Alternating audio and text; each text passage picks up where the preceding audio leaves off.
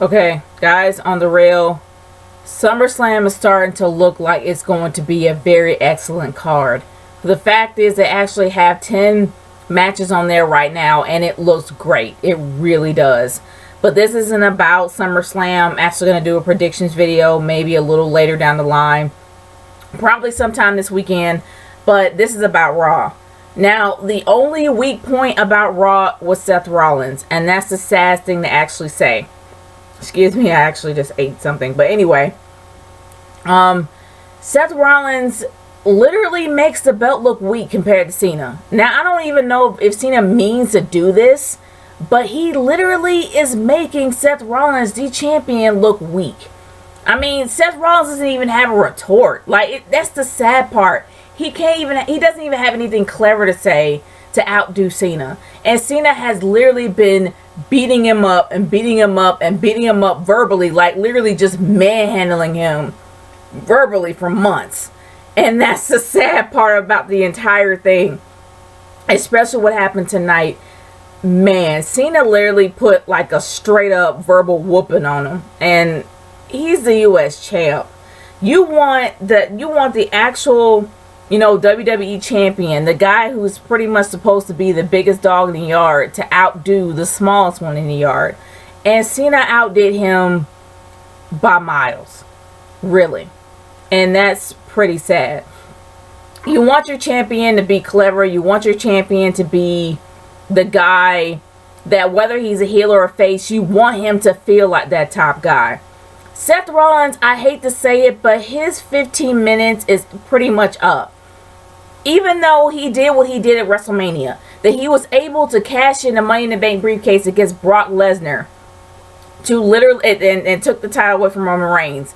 The fact that he pinned Roman Reigns and took it away from Lesnar, yeah, that was a great moment in WWE history. It was a great moment for WrestleMania. That was a great swerve. A lot of people loved it. I know I wasn't so much loving it because I wanted Brock Lesnar to win. But honestly, the way it ended was pretty good. And I'm not going to hate on that. But that's all Seth Rollins had. Seth Rollins has nothing else. Like, I hate to say it, but he really doesn't have anything else. He doesn't have a leg to stand on when it comes to this. And he's trying his hardest to be the best heel he can be. But he's as good as his cohorts. And now that his cohorts are all gone, he has nothing. He doesn't even have anything verbally to lash out on Cena about, except for his nose being busted up. The classic juvenile heel that I'm going to make fun of your nose and make fun of your face or be a straight up bully. Usually what heels did like back in the day. But he's got nothing else. And I'm really hoping that for SummerSlam he actually does have the belt taken away from him, because it doesn't look good. He's not really he's not giving that belt the prestige it should get. Like, the better the heel is, the better the actual face looks. Seth Rollins literally became yesterday's news when Brock Lesnar and Taker decided to go at it. Seriously. And speaking of Brock Lesnar and Taker, it was nice to see Taker have his retort on camera. And the way that he actually had it was pretty cool. It actually was awe-inspiring. Well, I'm not going to go there and say awe-inspiring. I'm just going to say it was nice for him to actually have a response to Lesnar without them touching. Especially after the brutal battle that it was the first time they actually was on, on scene together. Like on the actual show together on Raw. The first time that happened, when everybody started going at it and literally had the entire locker room breaking them up, that was awesome. By far, awesome. But the one thing that bothered me about the end of the show, still bothered me about the end of the show, was how Paul Heyman, for some strange reason, Paul Heyman thinks it makes sense for him to bring up all this biblical terms, all this stuff, and bringing it up and putting Brock Lesnar in that area, in that realm. Okay, using Bible verses, using scripture sense, using all this other stuff does not make the guy epic. It just sounds stupid. It does. I'm sorry. And it's not because of my beliefs. It just sounds stupid. It is. Brock Lesnar doesn't need to be in that same caliber as a god. He doesn't. We know how good he is. We know that he literally can bring it. We know that guy literally has practically close to zero physical weaknesses. We know he has issues with his colon. He has diverticulitis that's pretty much been out there. He has issues on his inside. But on the outside, the guy is a specimen. The guy is a beast. He definitely is someone to pay attention to. We get it. But Paul Heyman's kind of overdoing it now. He's overselling it. You don't have to oversell Brock. We know that this guy is good at what he does. You can still do a great promo without having to go at that level. And for some reason, I don't know why Paul Heyman does it every night, but it's not necessary. But despite all that, I know it really did piss off a lot of people in Minnesota, because that's his hometown. And I honestly thought that the hometown hero was going to look good here. But seeing how there was absolutely no defense whatsoever or offense from Brock, he just got manhandled. I kind of disagree with that. But then you know it was Taker, and they couldn't make Taker look weak. They already made him look weak before. They had to make him look like he was able to beat Brock. So I really have a big concern after seeing the ending that it's going to be completely one-sided, and that Taker is going to have the upper hand and Brock's not going to have anything. I really want this to be a war. I want this to be a battle. I want this to be as epic as it was when they first touched hands at the Raw after Battleground. At the Raw after Battleground. That I want that kind of caliber of war. Like, I want that kind of battle. And for some reason, I don't think I'm going to get that. Because I've seen Taker's matches. When Taker is not at that caliber, when he's not at that point of being able to beat anyone, they literally dumb his opponent down to where the Taker can handle him and beat him with zero offense or defense from his opponent. That's the one thing that concerns me. And after seeing that ending, I have a gut feeling that's what's going to happen. I hope I'm wrong. But I'm really hoping for a battle for SummerSlam. But that ending is the one thing that kind of disturbs me. And I will go into other matches if I honestly cared. But there was some I really didn't care about. I will say this. It was nice to see Dolph Ziggler to finally make his return back. And it's nice to see Lana actually doing something. Trying to perform. Trying to fight. I would actually prefer to see Lana versus Summer Rae, because I know Summer Rae is great in the ring. We haven't seen Lana fight ever. I would rather see them two go at it than them being valets fighting on the outside of the ring. And then Dolph Ziggler and Rusev being in the ring battling. I would rather see those two chicks fight. Seriously, I really would. But unfortunately, they're going to be valets, and the guys are going to be in the ring battling, and they're going to be on the card. But I really hope that next time they honestly remember to wear shorts, because the camera literally had to turn to the right to avoid any panty shots coming from Lana. And I'm like, can't you just put them on some shorts? Like, seriously, they have really nice suit shorts and you can put them on. Why don't you just do that? That makes sense. So they won't have to take the shot away, which will ruin the entire effect, and bring it back. Just get them on some shorts, some jeans, something. I mean, but come on now. But either or, the whole feud, in my humble opinion, has nothing to do with Rusev, nothing to do with Dolph Ziggler, of course. Dolph Ziggler is going to always be eclipsed over a woman. And I have nothing against the Divas. Of course, you guys know I love the Divas. But I want Dolph Ziggler to be able to run on his own without having a chick on his arm. And he always has to have a chick on his arm to be noticed, especially Lana. And Lana is the one that people are looking at. She's the fire. Let's be real. People are looking at her. And they want her to be out there more than Dolph. Let's be honest. That's just how it is. Now, seeing this feud pretty much play out on this is a go-home show to SummerSlam for Raw. And seeing this play out is going to have the same freaking ending over and over and over again. You're going to have Dolph in the ring. You're going to have him hold on. It's going to say something backstage. Boom. There. Done. And it's just to the point where I'm finished with it. I really am. Because the feud is mostly about Lana and Rusev. And it's just dumb. It really. And then Summer Rae's kind of shoved in there somehow. And then you got Dolph shoved in there somehow. It's about Lana and Rusev. Straight up. It is. It's a ridiculous boyfriend and girlfriend squabble that I hope gets squashed at SummerSlam because I'm tired of it. I'd rather see Lana fight Summer Rae than have her be a valet on the outside of the ring. But let's move on from there. You got 2 Divas matches in the same night. Pretty much the whole teams thing. Now, the teams thing is great, but in my humble opinion, this is Survivor Series worthy. This is a Survivor Series match. This isn't SummerSlam. This is Survivor Series. So how they're going to play this out of SummerSlam, I don't know. But it's to the point where they're just having matches. They're not having feuds. They're not having behind-the-scenes chats. It's just matches. Don't get me wrong. I love the Divas. But you got to make some emphasis on this, man. It's bad enough you got JBL talking every night about the Divas Evolution, the Divas Revolution, blah, blah, blah, blah, blah, blah. I'm tired of hearing that. There's no Divas Revolution in my opinion, and honestly, I actually did a video on that. I'm going to move on from that so much. You're going to hear about my little gripe or whatever about that later. But the thing is that when it comes to this, you want to have as much substance in it as possible because the Divas division needs this. You want to get people to care. I know everyone loves the chicks from NXT. I know everyone loves the Divas from NXT.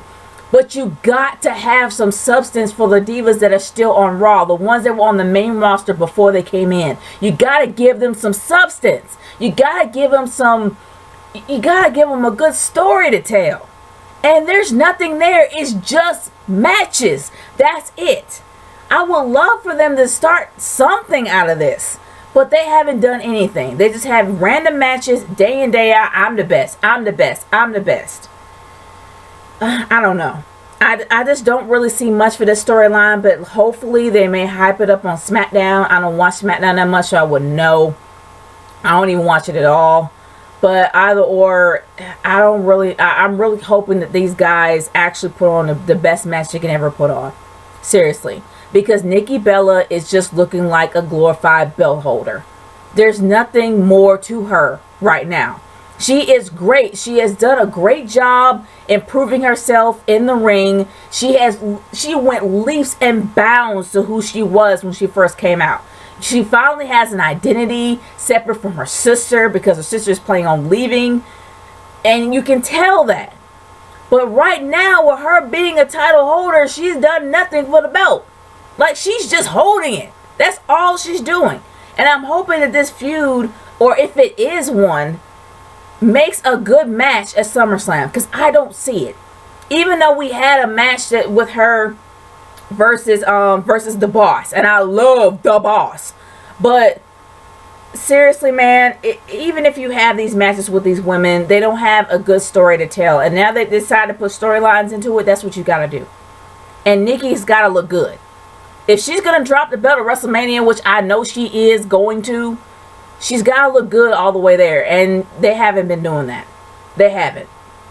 But either or, the match itself was good. I'm not going to diss on that. But as for the storyline leading on up to WrestleMania, leading on up to SummerSlam, or AKA WrestleMania 2, or WrestleMania Part 2, it should be better than this. But the other matches moving on down the line that they had in there were practically filler. They had the New Day as well as the Primetime Players versus the Lucha Dragons.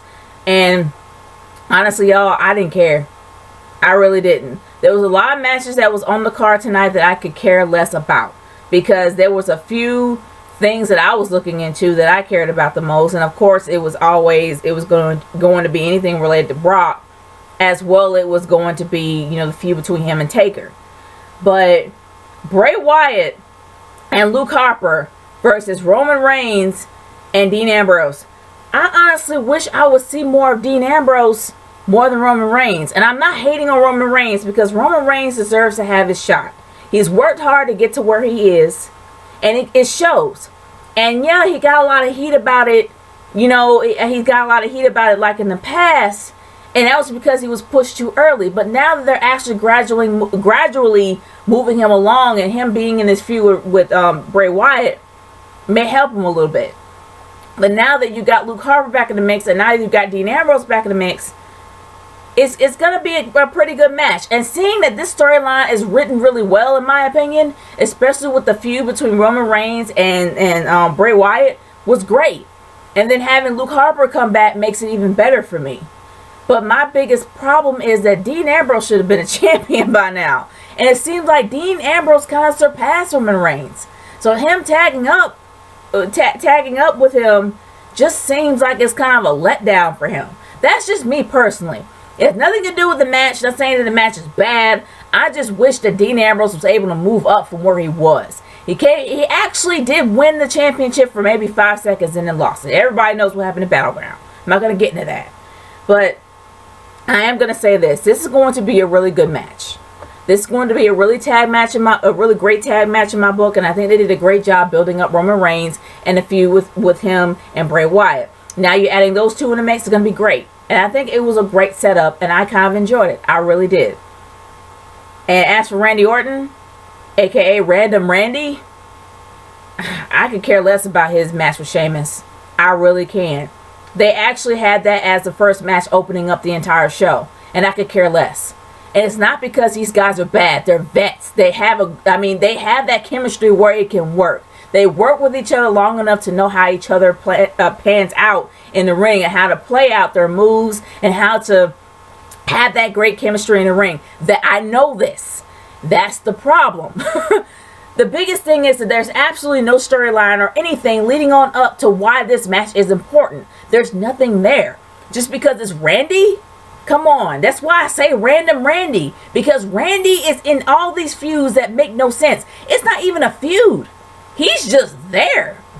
And then you got Sheamus in the mix and they're trying to make a feud out of it, but there's nothing there. And they're trying to get us to care, but I still don't care. I know these guys can put on great matches. That's a given. But if you're going to make a feud out of this, you got to have some substance to it. But they got nothing. Absolutely nothing. What, Sheamus got in the way of you winning? Typical. Come on, you can do a lot better than this. But honestly, guys, my overall thoughts is this. There's a lot of things that I kind of have gripes about leading on up to SummerSlam, because SummerSlam is going to be 4 hours. The matches itself is going to be great, but what will make the matches even better is to have a storyline building on up to it, since they decide to have storylines put in the mix. You got to make these matches important. But I will say it was quite entertaining actually listening to John Cena literally lay the hammer down of words to Seth Rollins. It was entertaining to see that, even though it did kind of degrade him a bit. But it wasn't horrible that they did that. It was very entertaining to see that. And as for Paul Heyman, there's no need for the biblical stuff. There's no need for the religious the religious things put in there. There's no need for it at all. But because we already know that Brock is great. But the ending really does make me skeptical on how the match is going to pan out. This match is completely overhyped. And if you overhype a match, you got to bring it. So after seeing that ending match, it makes me a bit concerned on how it's going to actually be when the match comes out for SummerSlam on Sunday. Because when you see Brock lose just like that, and if you guys go back and watch every WrestleMania leading on up to WrestleMania 30, you'll see what I'm talking about.